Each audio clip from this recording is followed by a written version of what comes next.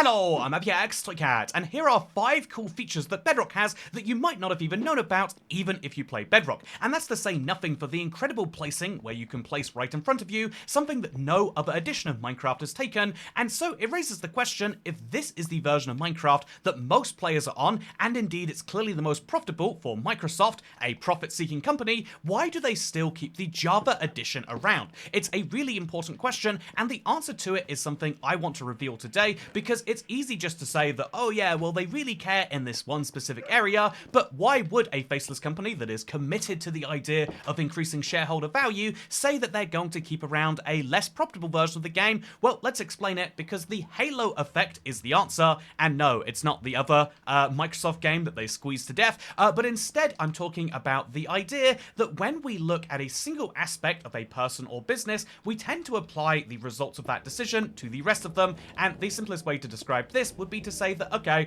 the Halo effect really simply applies to how we evaluate businesses in the way that flagship products can and do exist. If you're not familiar with this, when you go to buy, say, a BMW, you'll look at the newest and greatest coming from the brand, and that will genuinely influence your decision, even if you then go on to buy, say, a 10-year-old beaten-up version, because something about the Halo effect tells us that if the newest version of a product is good, the old version must be good as well, despite technically there being no link between these. This is why companies have flagship products which they spend ridiculous amounts of money on and don't even expect to make money, because it doesn't, a brand new Samsung model is not going to drive profitability at the very top of the brand, but what it is going to do is allow for the company to charge higher prices for, in the case of Samsung, the A23 models that actually make up most of their bottom line. There is a very interesting world of products that exist solely so that you buy other products,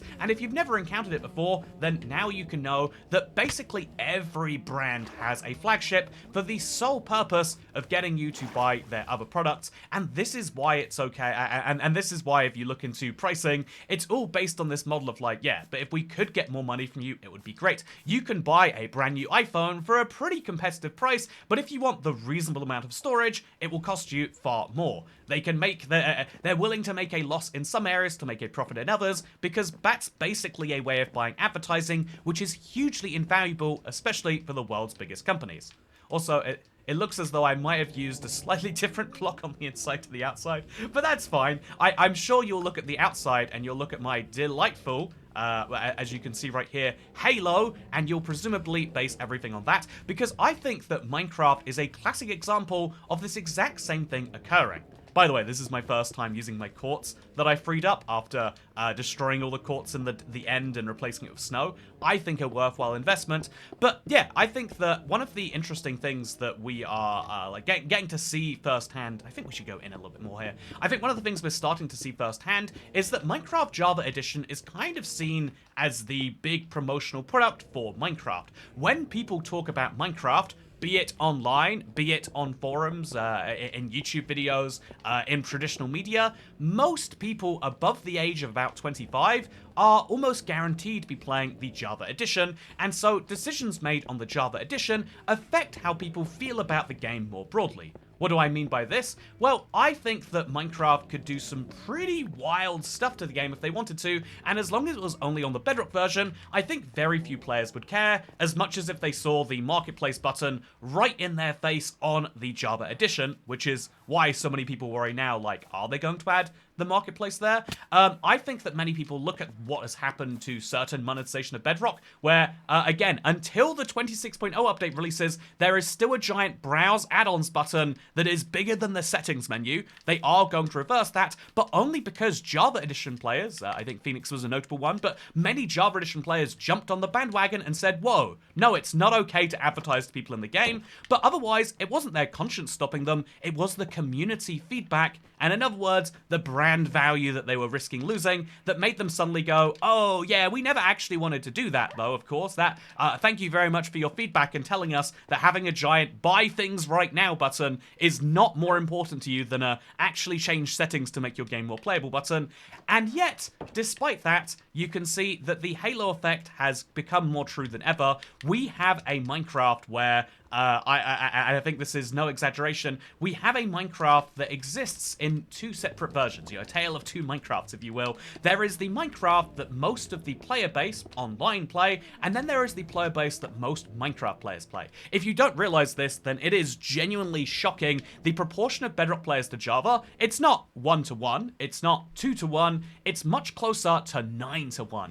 There are so many more Bedrock players, mostly because of mobile platforms, and so everything that they learn about Minecraft themselves, they'll learn from playing the Bedrock version, but decisions about what goes into future updates and what they're excited about probably comes from watching their favorite YouTubers or seeing their favorite Reddit sources or blogs or news sites, and all of those are going to be basing it on the Java edition. This is why updates come out for both platforms at the same time with the same features, and ultimately it's the same reason why Minecraft even puts out updates to begin with. You might wonder, like, so why is it they update the game for free when they could be making things that are paid, like DLCs, or they could be making, brand new games, as we've seen them do?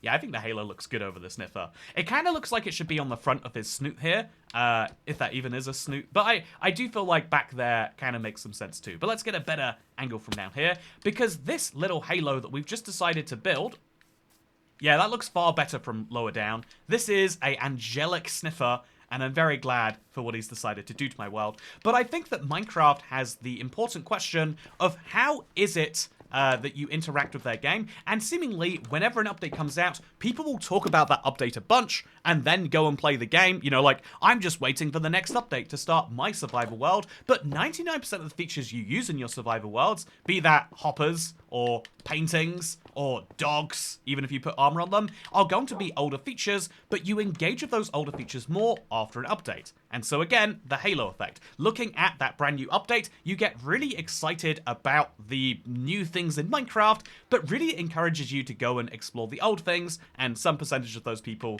then will go and enjoy all of the other benefits that come with that. And this seems maybe a little too cynical. You might say, like, oh, come on, Toy Cat. That you can't say the only reason that the Java edition still exists is because of this desire to, keep the game popular on platforms. But am I wrong about that? If we look at the less popular versions of Minecraft, the ones that didn't have the halo effect, but yet were still, ones that weren't as popularly played, yet were still as popular, you can see that the exact, what happened was they were replaced with the Bedrock version. Minecraft could say tomorrow, we're releasing Bedrock on Mac and Linux, we're releasing Minecraft in fact, they've already released it on the PC. Anyone who plays Java has access to it, unless you play Windows 7 or below. But Minecraft could easily say, yeah, actually, we are removing access to anyone who wants to play this version of the game. It's not going to be okay anymore. But they do not decide to do this because of the fact that that would be them losing their flagship product. To this day, when Minecraft takes screenshots of their own game, arguably it's because of the people inside, but they take it in the Java version because this is the premier product as far as they're concerned, and the Bedrock version is the what you might call the slightly more played but lesser spoken about alternative. This is the weird way that the world needs to work. The people who buy things and the people who talk about things do not enjoy the same stuff. If you look at how movies work, there are really popular movies that are critically incredibly received that no one goes out and watches, and then there are the movies that everyone watches but no one really cares about after the fact. I think this is something that superhero movies are a great example of this.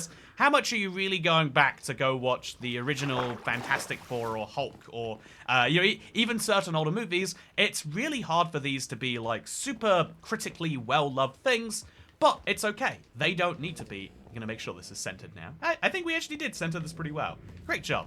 I think that this is the real look at how things work. Minecraft is a product like any other that Microsoft produces, and so it's important. Ooh, I could sell some.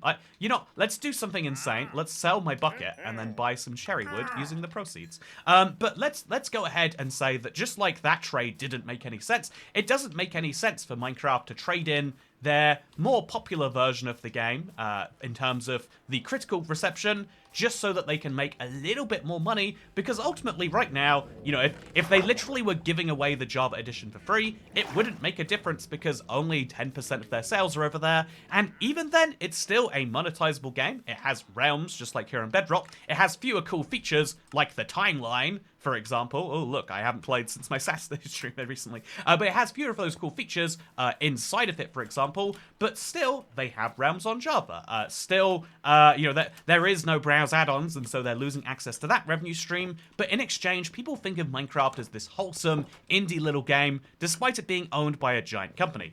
This is, in essence, the Halo effect at its most extreme, and I think that if we could take a lesson from this, it would be for every other aspect of your life too. I think that the Halo effect is not just a thing that giant companies use to make sure that they get to the very best. I don't think it's just giant companies who are really trying to ensure that they are, like having a product that makes you want to buy their other stuff. Sure, that's a part of it, but the Halo effect applies to every other part of your life as well. And a great example of this would be, if you see someone who is really attractive, so someone who is really good in some field of their life, you assume they're probably good in other fields. That is to say, someone who is attractive, you assume is less likely to scam you. Or someone who is, really nice and good at talking is less likely to scam you if they're selling you a car or a house or whatever. You should be cautious of this. But we also assume that if someone is well put together, if someone is attractive, they're less likely to have committed a crime, and so that indeed has an effect on our justice system. And the exact reverse is true too. If someone isn't very well put together, if someone goes to sell you their car and they show up with, with slept-on hair and clearly yesterday's clothes and they smell a bit bad, you'll assume the car is a bit worse and less maintained, and you might convince yourself it's because, oh yeah, well, if they're this lazy with themselves, they're probably this lazy with their car. But actually, no. In the real world, we make all sorts of erroneous heuristic-based decisions where we assume that if someone is good at one thing, they must therefore be good at other things, despite there being no link between them. I mean, for example, just because Minecraft Java Edition is a great game, it doesn't mean that the Bedrock version has anything besides a shared set of underlying mechanics. Is that enough of a reason to love it? It should be said that just because the Java Edition isn't forcing you to play with your friends, it doesn't mean that they're not trying to do that somewhere else. And so I think it really is worth considering, at least a little bit, why it is that we judge everything we see, not entirely based on just the value of the thing, but based on all of these other little softer factors as well. As to this video, I hope that you agree that because I made this point excellently, all of my other videos are going to be excellent, even the ones that have nothing to do with the Halo effect, psychology, philosophy, or Minecraft. And so consider subscribing to the channel, and maybe you'll see more of these. But more seriously, I hope you all enjoyed this video, and I hope that you consider that if you did, that everything else might be better, but it's at least worth giving a look to, right? Anyway, thank you for watching, and I'll see you next time. Goodbye.